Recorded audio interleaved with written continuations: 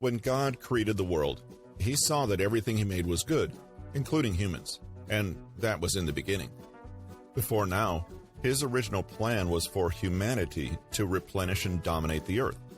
That was a great responsibility. It meant that man was to take care of everything that he had created. So man was a caretaker of God's minor creations.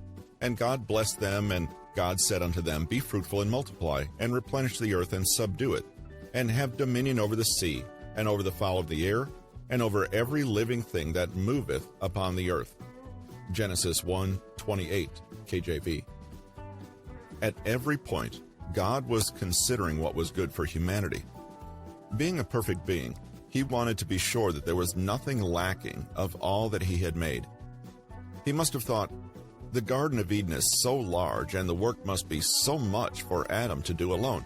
So, he said in Genesis 2:18, KJV, It is not good that man should be alone. I will make him help meet for him. With that, he created the woman, and life on earth began.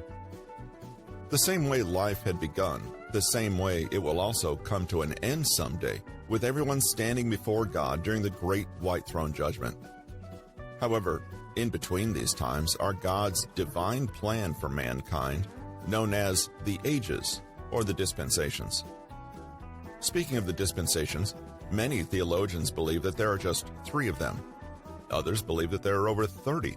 However, delving deeper into the scriptures, you'll find that we have only 7 of them that are biblical. God's plan for humanity across the ages was forestalled as a fallout of man's disobedience to his divine commandment. But of the tree of the knowledge of good and evil, thou shalt not eat of it, for in the day that thou eatest thereof, thou shalt surely die. Genesis 2:17, KJV.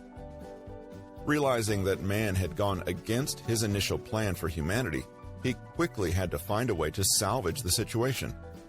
He drove man from the garden, allowing him to wander into other parts of the earth, and as man began to grow and multiply through procreation, it became necessary to find a suitable and sustainable way to help man live together peacefully. This is because, by now, knowledge had increased on earth, and man now understood that there was something called good and another called evil. They didn't just know them. Some of the people alive at that age were already practicing evil. The reason God regretted that he made man on earth, and he was grieved in his heart, according to Genesis 6:6, KJV.